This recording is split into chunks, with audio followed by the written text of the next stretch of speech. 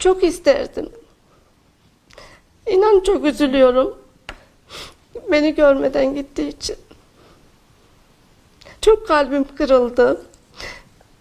Uçaktan inerken hissettim. Üzgün olduğunu, tedirgin olduğunu. Yani benimle ilgili kendisine soru sorulup sorulmayacağı hakkında. Bunların tedbirini almışlar zaten. İsterdim ki sorulsun. Hani Türk basını sormayabilir, onu anlarım. Ama yabancı basının sormasını isterdim.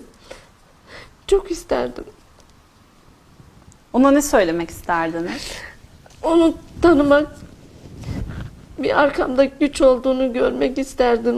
Sarılıp babamın kızım demesini isterdim.